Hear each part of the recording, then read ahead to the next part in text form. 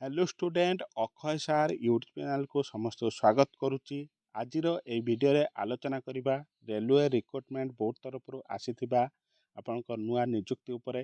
नियुक्ति आपनकर रहउची recruitment of various post junior engineering deputy material superintendent and chemical and metallurgical assistant आपनकर post नाम गुडी करउची। आर एप्लाई डेट केबेटू आरंभ होउची, कौन रही एज क्राइटेरिया आपनकर क्वालिफिकेशन कौन रहिबो, वैकेंसी केते रहउची, केउ माने अप्लाई करि परिबे, समस्त इंपोर्टेंट पॉइंट गुड़िक ए वीडियो रे आमे आलोचना करिबा।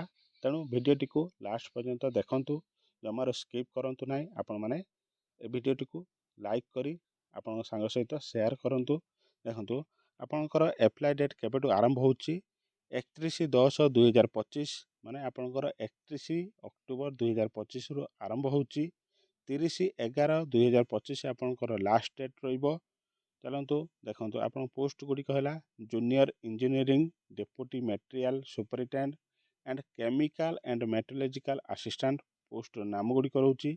आपनकर पोस्ट टी लेवल 6 रे रहिबो, जोथरे आपनकर सैलरी रहिबो 35,400 आपनको स्टार्टिंग रे मिलिबो। यदि आपनकर एज 1/1/2026 सुधा 18 रु 33 वर्ष मध्य होइची, आपण माने एई फॉर्मेट को अप्लाई करि परिबे। आपनकर वैकेंसी रहउची 2570 ऑल आरआरबी।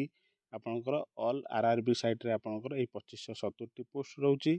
आपनकर एज जदि आपण एससी एसटी वुमेन बा पीडब्ल्यूडी एक्स सर्विसमैन होइथिबे आपनको एज रिलैक्सेशन रहिबो।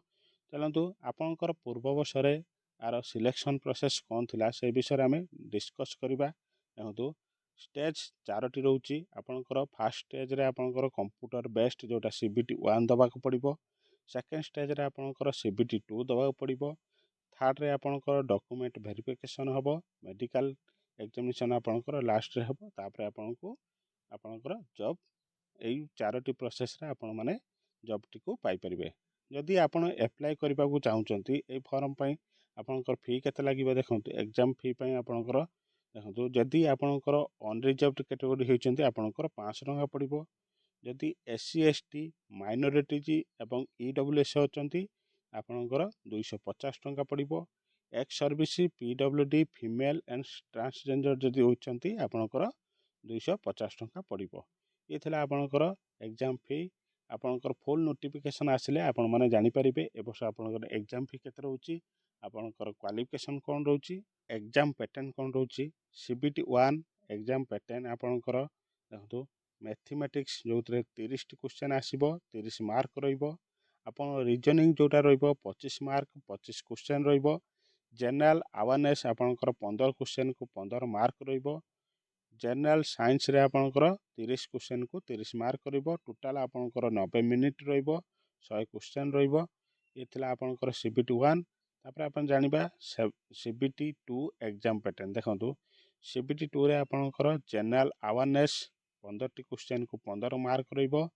फिजिक्स एंड केमिस्ट्री आपनकर 15 क्वेश्चन को 15 मार्क रहिबो। Basic of computer and application आपनकर 10 रु 10 टी मार्क रहिबो। Basic of environment and pollution control आपनकर 10 टी क्वेश्चन 10 मार्क रहिबो।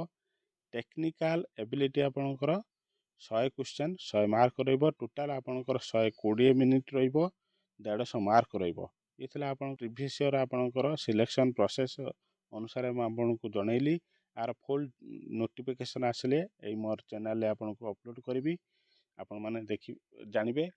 चलंतु सेत पर्यंत विदाय दियंतु। जदि चैनल को सब्सक्राइब करना चैनल को सब्सक्राइब करी पाखरे थिबा नोटिफिकेशन बटन को ऑन रखंतु।